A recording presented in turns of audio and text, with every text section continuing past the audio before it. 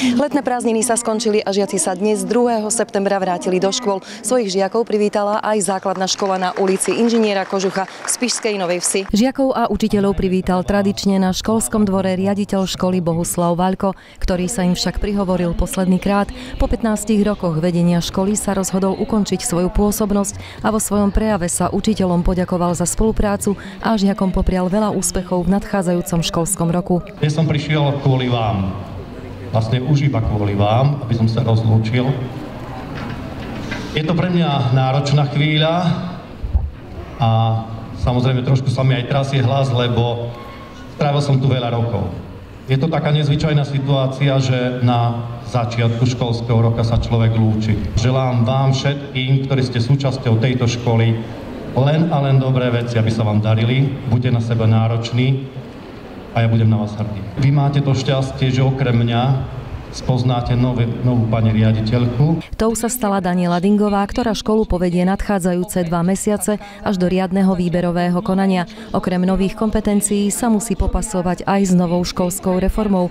So vzdelávaním podľa nového kurikula tu začínajú v tomto školskom roku. Budeme sa snažiť učiť zaujímavo, moderne, kreatívne. Budeme sa snažiť viesť deti ku kritickému mysleniu a veríme, že sa im bude v škole páčiť. Musíme to zvládnuť, sme zodpovední a cítime zodpovednosť voči žiakom, ktorí sa už tešili do školy, možno, že nie na učenie, ale tešili sa na svojich kamarátov. No a samozrejme sme ako škola zodpovední voči rodičom a voči zamestnancom školy. Na to, ako trávili prázdniny a či sa do školy tešili, sme sa pýtali tunajších siedmakov. Úplne v pohode, tešila som sa a prázdniny boli tiež super. Sme chodili na dovolenky, na turistiky, na kúpaliska a tešila som sa.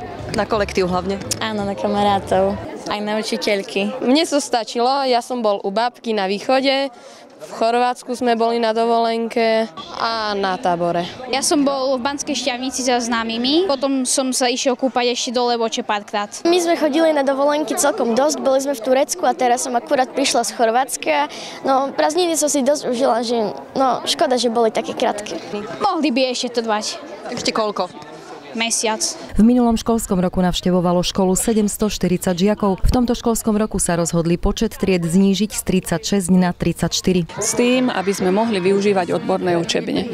A na dvore sa zdalo, že tých detí nie je toľko veľa, ale v skutočnosti je tu cez 700 detí. No a za nami vidíte alebo počujete prváčikov, ktorí prišli prvý rok do tejto školy.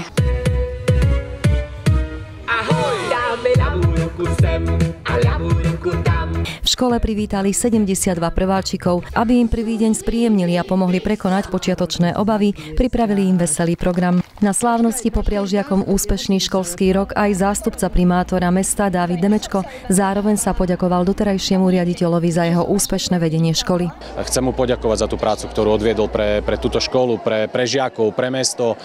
Posunul tú školu na nejakú úroveň a samozrejme v ďalšej práci, tam, kde ide, mu prajem to isté, aby bol úspešný. Takže chcel by som aj všetkým študentom popriať dobrých pedagógov a samozrejme pedagógom veľa trpezlivosti v novom školskom roku. Verím, že to bude zase jeden pekný, úspešný školský rok.